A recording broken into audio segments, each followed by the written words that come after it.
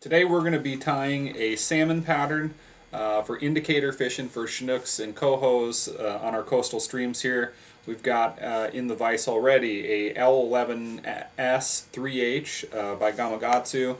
Serious meat hook. I've got some fluorescent orange Lagerton 150 denier thread. I'll start that behind the eye. So what we're looking for is, for fishing these local coastal streams around us, a fly that drops down incredibly quickly, because most of the time you're fishing into the fast water indicator fishing and the fish are resting in big drop-offs. It's very important for the fly to hit the water and be down into a fishing attitude as soon as it's there. So we're going to first make a thread base across like I've done, and then I'm going to take a set of extra large lead eyes here, dumbbell style eyes, and I'm going to tie them down just a little bit about mid shank, you know, kind of like how you would position them for a clouser minnow. And I'll do about a dozen or so wraps each direction to kind of help figure eight that into place.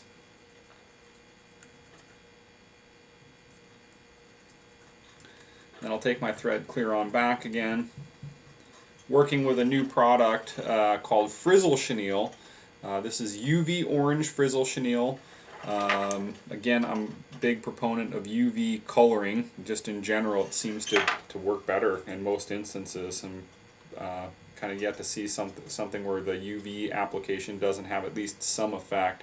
So I've cut off a hank of about 3 inches or so of that chenille, Frizzle Chennile.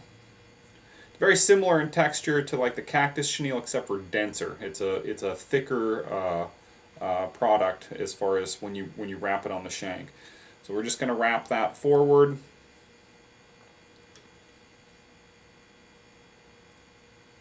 How's that compared to Estaz?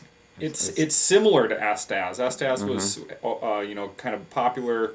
It still is great material, but it had like a dual density. It had fibers close to the string, and then you had fibers further away from the string. And this is similar to that, but it's almost actually denser, but a softer material. Mm-hmm. So basically we've got, you know, a 50-cent size piece of roe, essentially, is what we're trying to mimic here.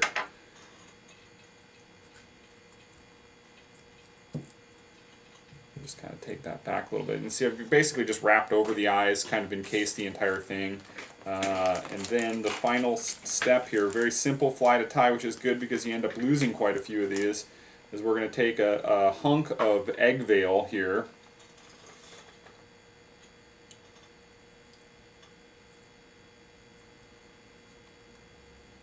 We're just going to tie that back. Build up a little bit of a head here.